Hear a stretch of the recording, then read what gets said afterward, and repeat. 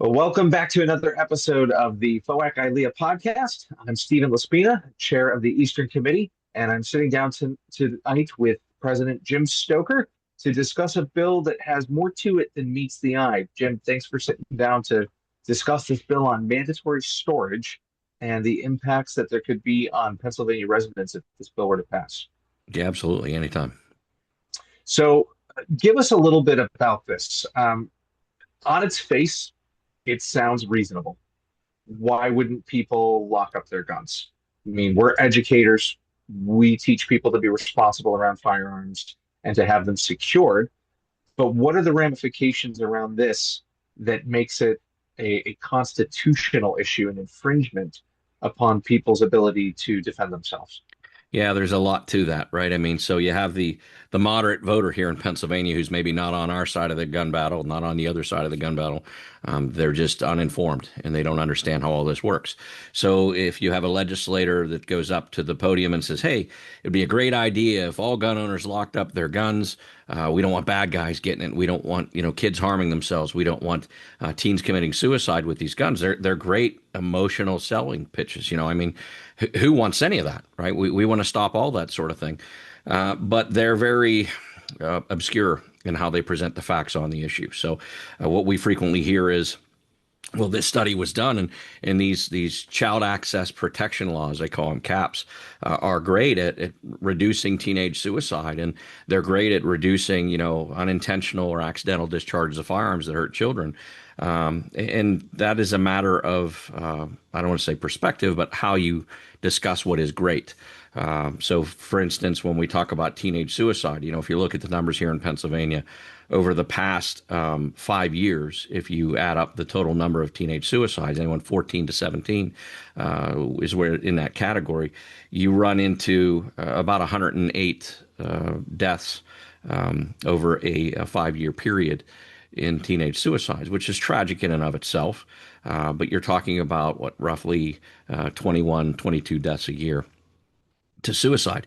But what they don't talk about is the impact that these bills have. So if we had a full mandatory storage bill and you went to the best study, the most favorable study, I believe it's called Webster, that did this and gave the highest numbers for success after one of these bills passes, they come up with an 8.3% reduction.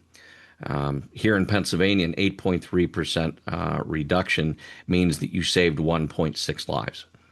So we're going to lock all these firearms up from defensive use, which, we've been able to prove some research out there, studies that have been done, that in a 5 year period, they surveyed 15 states, and they found that in those states, the average was 300 more murders, 3,800 more rapes, over 24,000 more robberies, and over 25,000 more aggravated assaults in that 5 year period. So if you break that down annually, of course, you're still talking about 60 homicides a year that occurred. That number went up after mandatory storage laws went into place. So what we're seeing and what we've seen across the board with all these studies is any state that deploys these laws and puts them out there, they're having a very small impact on saving the lives of teenagers from suicide.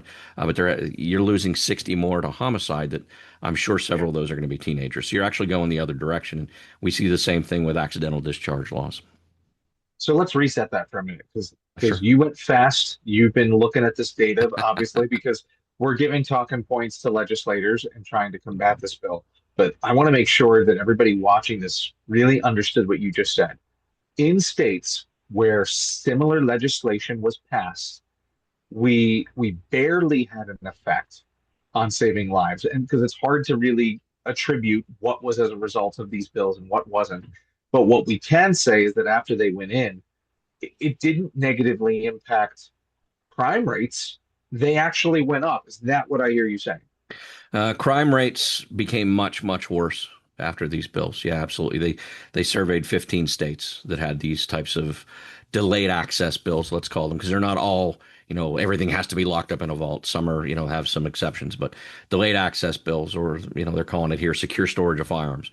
But yeah, in 15 states over a 5 year period, 300 more homicides was typical. That was the average across the board. 60 a year. That's a lot. Wow, that's a huge number, and really not having the intended effect that proponents of these types of bills are saying, yeah, this is going to reduce violent crime, we're actually seeing the opposite effect, is what Correct. you're saying from the research you've looked at. Yes. That's incredible. That's incredible. So walk us through this because let's take everybody inside Pennsylvania politics right now. Really, why was this bill run now at this point in time? Yeah, I've said it many times. I'll say it again. Gun control is about votes and money. I honestly believe that some of the people that push this stuff forward believe it's going to have the impact they're hoping for. I think in their hearts they're hoping beyond hope that it will save lives and it will do the things they intended to do. But ultimately, it comes down to we are able to show these bills don't have a positive impact in society. And you'll have a legislator that what happens? They get soccer dad or soccer mom out there, and they're preaching to them, "Hey, we're going to make your kids safer. We're going to this. We're going to that," and that garners votes. That brings in votes, and if you get the votes, you get the donations. So I really think that's the case when it comes to these sorts of things. I also think there's um, a revenge scheme, or maybe so to speak, a tit for tat scheme in the General Assembly where, we were celebrating end of May. We were able to get strengthening preemption passed in the Senate and out of the committee and onto the floor. And the opposition, the anti-gun legislators, see that as strictly a gun bill. You've got some organizations out there that like Ceasefire PA that are completely misinforming everybody, saying it's going to add to the number of guns on the street and it's going to cause all these problems. It does absolutely nothing about gun sales or gun ownership. All it does is it makes government pay whenever they violate the law and pass gun ordinances or gun control without the permission of the General Assembly. And it makes them pay instead of being able to duck and dodge and hide behind tax money to avoid responsibility when they do it. I mean, and we have a laundry list of, I think, 165 municipalities or cities that violate that law, and there's no penalty for them. What this does is it Right. creates a penalty. So you've got these organizations out there saying, oh, this is a gun bill. No, it's a procedural bill, and it's about civil rights and about how your tax money gets spent. But when that passed in the Senate, all of a sudden, you have Representative Briggs out of Montgomery County putting forth this Secure Storage of Firearms bill, which is mandatory storage. And without a doubt, it was a reflex or a knee-jerk reaction to, we're going to show you if you want to run what they consider a pro-gun bill, then we're going to take where we have the strength, and that being the House of Representatives, and we're going to run an anti-gun bill. So let's recap that again. So what I hear you saying is strengthening preemption is basically legislation designed to give teeth to already existing statute, which you've touched on there, but for folks not familiar, preemption is the idea that a local municipality cannot pass gun control uh, in the state when the General Assembly has not voted on a gun. Not that they can do it constitutionally, but if they haven't voted on something to make it statute, a local municipality can't, or a city council can't do that at the local level or the municipal level. And this bill would assign consequences if they do. Because I've lost count of the amount of legal cases we've won when we go to court. We get this stuff smacked down, but oh, well, we'll just try to get another day. No one gets really impacted by the fact that they violated the statute. They violated the law in Pennsylvania. So what I hear you saying is that in response to that, the anti-gun forces in Harrisburg said, we'll throw this bill out there now. See how you when like me the now. when the General Assembly passed the preemption law decades ago, the idea was it is a misdemeanor offense to pass a gun control ordinance. I don't care if it's a discharge ordinance, a possession ordinance, where you can carry ordinance. They are violating a statute. It's a misdemeanor offense, and those politicians that vote yes on that bill should be charged criminally with a misdemeanor offense in Pennsylvania. But politics being what they are, the district attorneys always avoid filing charges on local government. They just won't do it. So this gives us the ability, all these lawsuits we've done, the AR-15 ban in Pittsburgh we overturned, Lower Merion, Philadelphia cases, you name it. All these cases, we would then be able to recoup our attorney's fees and costs, what it costs us to basically prove them wrong in court. Right. You shouldn't have to fight your own tax money out of your pocket. If they're going to screw up, then they should have to pay for it. Yeah. All right. So switching gears back to mandatory storage. Mm. where are things right now with this bill that FOAC members and other friendly 2A folks in Pennsylvania need to be aware of? Where does it head from here? And what do we need them to do? It's in the rules right now, which means rules committee. It's pending a floor debate or discussion for second consideration. Second consideration is when amendments are proposed to the bill and things of that nature before it goes to third and final consideration for passage. So it's sitting there waiting to be announced for second consideration. We're keeping an eye on the calendar, seeing if they plan to move it. As of right now, we have nothing. But we'll have to see. It's up to the Democrat Party here in Pennsylvania in the House whether they move it or not. So we're going to sit and watch. If they do, we have some amendments we would like to make, obviously, to fix the bill and make it so it doesn't hurt law-abiding gun owners. But that will be a fight as well. Sure. Okay. I'd like to throw this in here as something for folks to think about. We educate people all the time and teach responsible firearms ownership. But there's a big difference between doing that and then saying, hey, let's mandate something through legislation that comes with all kinds of tentacles. And now we've got to be really strict around definitions so people know what's legal and what isn't. And you and I were talking just briefly before this video about how there are words within this particular bill that nobody really has the definition to. But as educators, we want to be aware and teach others to be aware of how to do this well. So I know as an instructor myself, I talk about the difference between storage and staging of a defensive firearm. So I teach students, don't have the gun accessible to unauthorized users. From a responsibility standpoint, you ought to already be doing that and making sure that only you or your spouse or whoever in your house is an authorized user actually has access to the firearm. And there's so many devices and ways to make that happen.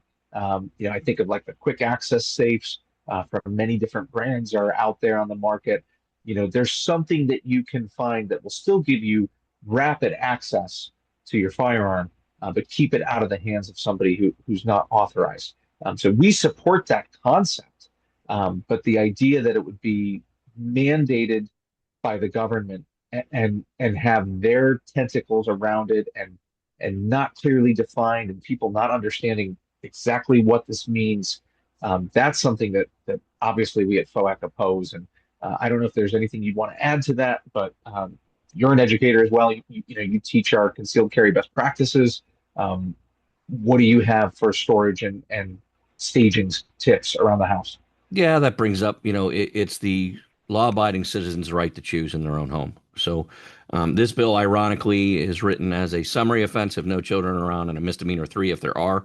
The Pennsylvania Endangering the Welfare of Children statute is already a first-degree misdemeanor. So there's already a more serious offense out there for if a child gets access to the firearm and harms anybody. It's kind of an odd thing that they wrote here. I think that if the homeowner wants to have his 12 gauge leaning against his bed at night when he goes to sleep, that's his right to do so. It's, you and I might prefer to do other things. We have kids, you particularly have little ones around the house. We have children and other folks in our house that we're worried about, but it's the homeowner's decision. It's not government's place. And that's where we're at with this. So we've made that very clear. We were at the committee meeting on Monday to oppose it, but we'll have to wait and see where it goes from here and keep working. Nice. Well, Jim, thanks for bringing us this update. I think this is going to be death by a thousand cuts with gun control. We see that all the time. They just keep layering things in, especially when we look at other anti-gun states where they're just constantly adding more and more regulations and restrictions. We don't want to see that in Pennsylvania, so we fight every single one of them. So join our email list for updates. Watch out for our calls to action on social media. We try to keep you apprised of what's happening in Harrisburg. Jim puts out amazing live videos too the day of as things are coming in or coming out of committee so that you are apprised of what's going on with your gun rights in Pennsylvania. So keep it tuned here. We'll keep you updated and let you know when we need you to act. Jim, thank you so much. I think this was a really quick but informative video for folks to understand the dangers of this bill and why it's not a good idea for Pennsylvania. And more importantly, get to the polls in November. That's a big thing this year. It is a very, very tight power shift in the Senate and the House in Pennsylvania. And there is a strong push for anti gun legislators. So a lot of folks like to blow these midterm polls off. Oh, it's not presidential. They're not too worried about it. We have over 500,000 gun owners and hunters in Pennsylvania that do not vote, and we need to get them to the polls desperately this year. If two pro gun senators are replaced by anti gun senators, we will have more gun control than Virginia in about 3 months. So we've been trying to push that message. Get to the polls, folks. Absolutely make a difference. It does matter. Yeah, 100%. Awesome. Jim, thanks so much. Appreciate the Thank time. you, sir. Have a great night. Take care.